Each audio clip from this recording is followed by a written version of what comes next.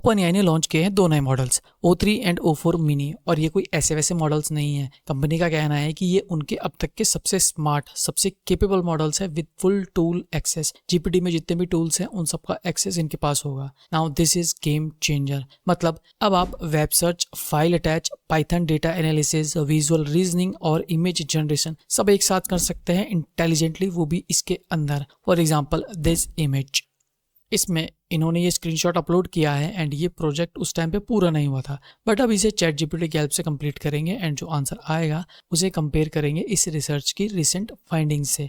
So let's see the example. So I'm going to let O3 start thinking now so it can take its time. What I'm going to feed it is a poster of some physics internship that I did in 2015, so 10 years ago. And this poster, or the project, was supposed to estimate a quantity called the proton isovector scalar charge. It's a beyond the standard model of particle physics quantity that tells you how short-range interactions, how strong they are.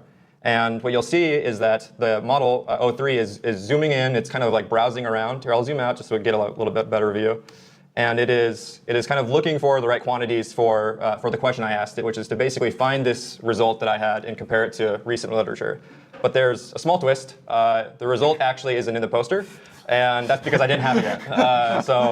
Although it's in like the final paper for this project, it's not in this poster, and I'm actually asking O3 to do the rest of the project for me, essentially. He uses the same trick at OpenAI. Yeah.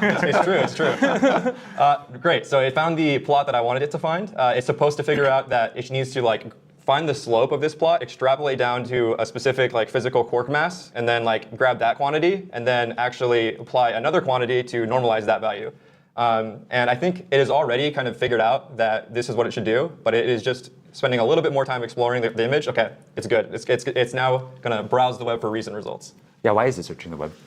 Well, I think I actually did I ask it? I said, oh yeah, find any recent findings that have like updated estimates. So now it's like just looking at like the literature and seeing what people have done and how it compares to the result that it thinks that I eventually arrived at. And how long do you think it would take you to do this task? Quite a long time. So I mean, it took me a long time just to remember what my poster even meant in the first place, and I also didn't even realize that the result wasn't there when I first asked it this question. It actually told me that, which was nice. So many days just for me to even like onboard myself back to my project, and then a few days more probably to actually like search through the literature. And I mean, it must have just read at least like 10 different papers in a few seconds for me. So that's a huge time savings. Great. So it has summarized my result here, and these numbers look correct to me. So it's figured out like there's like this unnormalized value that it's like estimated by extrapolating, and that when you multiply by this specific constant, that it will renormalize it. And it says, okay, you would have ended up with this, which is somewhat close. I think it ended up around like 1.2 in my paper. And then it compares with the actual literature here. So there's a few different estimates, and looks a little close, I'd say. So let's see what it says. It says my bear value looks high because it needs to be renormalized. That's correct. After you multiply by that, you get something that's more consistent with the state-of-the-art results. That's great. But it says my precision isn't as good as the state-of-the-art, which is fine. It was an internship. Not bad. ये model इतना smart है कि इन user Dan शिपर, इन्होंने पूछा कि title क्या है song का, तो O3 ने जूम करा एंड देन फोटो को क्रॉप करके उसका टाइटल ढूंढ निकाला, which is moon river. Now let's talk about these models. ये थिंकिंग मॉडल्स हैं जो ज़्यादा समय के लिए सोचेंगे एंड रेस्पॉन्ड करेंगे विद मैक्सिमम एक्यूरेसी।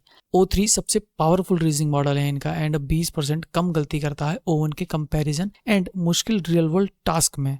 नाउ खासकर प्रोग्रामिंग, बिजनेस कंसल्टिंग और क्रिएटिव आइडिया में ये ज़्यादा अच्छा है, जो कि हमें बेंचमार्क्स के थ्रू दिखाया ही गया है। नाउ O4 मिनी, छोटा बट फास्ट और कॉस्ट एफिशिएंट मॉडल, ये मैथ, कोडिंग और विजुअल्स इन टास्क में बेटर है। O4 मिनी को अभी फ्री में यूज कर सकते हैं, बट खैर इनकी प्राइसिंग वगैरह हम बाद में देखेंगे। नाउ सम बेंचमार्क्स, बट पहले एक ओपिनियन, क्या इन बेंचमार्क्स में जो डेटा सेट है उन पे OpenAI के मॉडल्स को ट्रेन कराया गया है या नहीं? इफ यस, तो इन बेंचमार्क्स में अच्छे नंबर्स लाने का कोई मतलब नहीं है, क्योंकि दैट इज बेसिकली चीटिंग।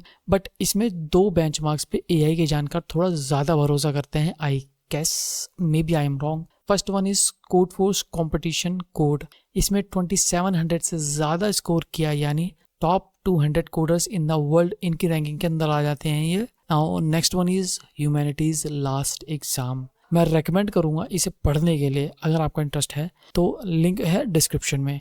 इसमें एक्यूरेसी इनकी देखिए कितनी कम है, which means this exam is tough to crack even for the O3 and O4 mini.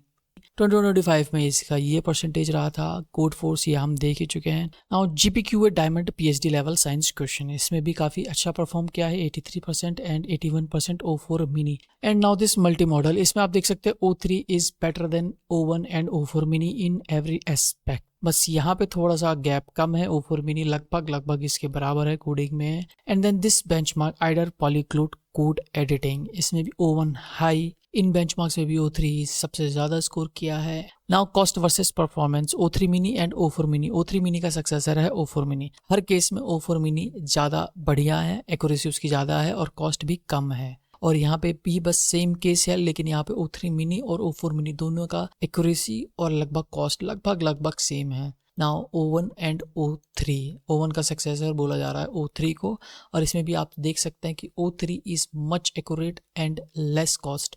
Much accurate less cost, जितना ज़्यादा एक्यूरेसी उतना कम कॉस्ट। और यहाँ पे O1 हाई ज़्यादा कॉस्ट ले रहा है और एक्यूरेसी भी कम है। Now next one is Codex. इसके बारे में तो बस यही कह सकता हूँ कि ये एक लाइट वेट कोडिंग एजेंट है जिसे आप अपने टर्मिनल में यूज़ कर सकते हो। इसको ओपन सोर्स कर दिया गया है, आप जाके यूज़ कर सकते हो, अपने हिसाब से डाल सकते हो, अपने कंप्यूटर में ऑफलाइन भी चला सकते हो। ये एक तरह से सोनेट क्लॉड का जो कोडर है कोडिंग के लिए इस्तेमाल करते हैं उसका कॉम्पिटिटर है। नाउ एक्सेस, ये किस किस को मिलेगा? ChatGPT plus pro team users, इन सबको O3, O4 मिनी और O4 मिनी हाई ये तीनों मिलेंगे। और जो फ्री यूजर्स हैं उनको O4 मिनी मिलेगा, थोड़े टाइम के लिए मिलेगा, जैसे हमें हर बार नया पकड़ा दिया जाता है झुनझुना। So what's next, that was it for today. मिलते हैं अगले वीडियो में, तब तक के लिए see you later alligator. Like share subscribe करना ना भूलें।